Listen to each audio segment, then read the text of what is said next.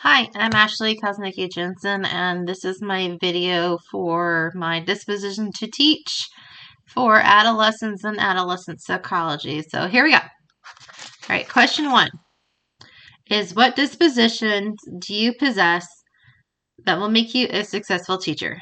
I picked compassion because I think being in the field of education, you have to be compassionate.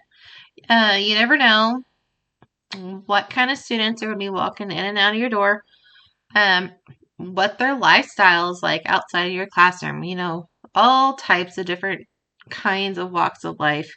Um, Family issues, personal issues, issues with other students in the classrooms, and things like that. And I think compassion is a strong possession to have in cases like that, because the more compassion that you show them, I think the easier it is for them to open up to you, student-wise. If they're having a bad day, if they want to talk to you about anything, and things like that. And, if you show them kindness, they would probably show a reward in that by being kind to you back. What dispositions do you need to work on before you enter the classroom as a first-time teacher? I would say advocacy. Because I see a lot of students that are struggling. I currently work at a school and I see a lot of different students struggle, and I don't really see a whole lot of students advocating for themselves because they don't know what they have access and resources to. And if I know what they are, then I can advocate for them and be able to make sure that they have the right tools and resources that they need to be successful during their time in their school. What attributes should a professional educator have, and how should they behave? What standard guides their thinking and actions? I picked know your students and what makes them tick. If you have students that are struggling with concepts, mix in something in there that interests them, like SpongeBob or Barbie or Hot Wheels or whatever it is that they're interested in, and somehow interpret that into the lesson or their learning, so they would be able to A, focus better, and B, pay attention to what is being taught in the process of all that. And then I also wrote down to be kind and knowledgeable.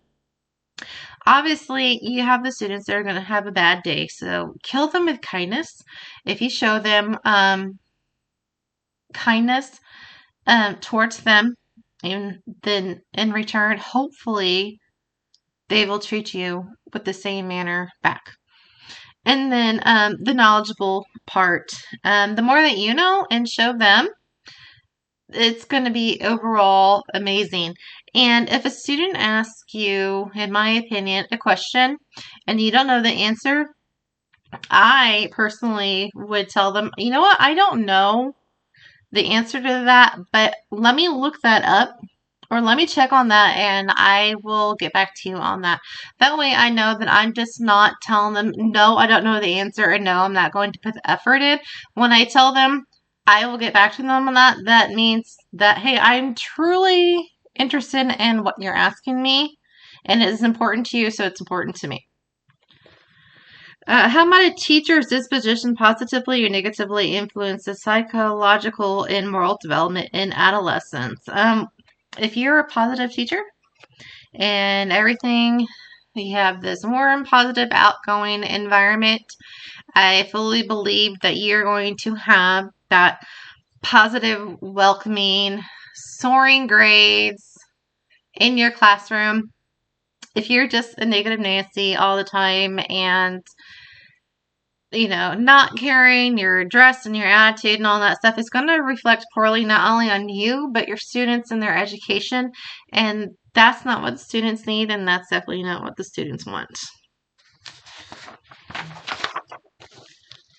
How would you uphold the expectations of the profession, including codes of ethics, professional standards of practice, and relevant laws and practices. Educate and ask questions. Educate yourself on what you think needs to be done. If you don't know an answer to something, go find an answer. Even if it's hard for you to find, seek help from someone else that might be able to point you in a good direction, and don't be afraid to ask questions. I was always told no question is a dumb question. It may sound silly, but it's not a dumb question. So if you don't ask those questions, you're not going to be able to advocate for your students. And so without the education to advocate on that, they're not going to be successful in their career as a student. And that's not what teachers strive for. They strive for making all their students successful on every level possible. So yes, educate yourself and definitely ask questions. And then lastly, how would you promote healthy moral development with students in your future classrooms? I would develop personal relationships with my students, and healthy and moral environments in the classroom.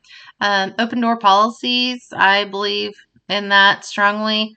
That if they need somebody to talk to, vent, trying to hide from somebody's bullying them, or whatever the situation is, I would want them to feel comfortable coming to me with that open door policy, that I am a safe place for them. My room is a safe place for them.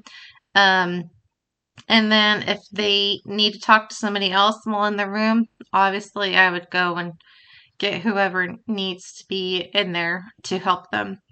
And then make learning fun. For me, the more that the task at hand is fun, the better I think the lesson will be for the students and easier for them to remember things. I always came up with acronyms to remember, events in history, or memorizing the skeletal systems, or something goofy to remember something important in the lessons that we are being taught. So again, my name is Ashley Kozanecki-Jensen, and this is my video on dispositions of teachers. Bye.